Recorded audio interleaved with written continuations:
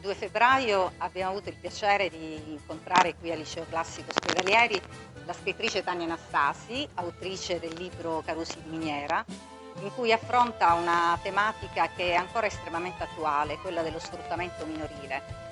Tematica che ha riscontrato molto gradimento presso il pubblico degli ospedalieri, fatto di ragazzi di primo, secondo e quinto anno. E proprio a questo proposito, visto che c'è stato un vivace dibattito sull'argomento, vorrei chiedere a Tania Anastasi come ha trovato i ragazzi dell'ospedalieri.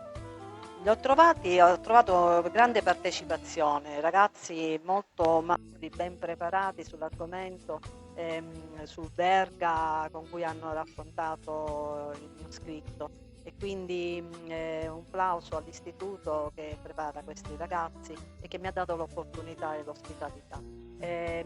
Questi ragazzi mi hanno coinvolto tantissimo, hanno parlato molto dello sfruttamento minorile, riportandolo anche ai tempi di oggi.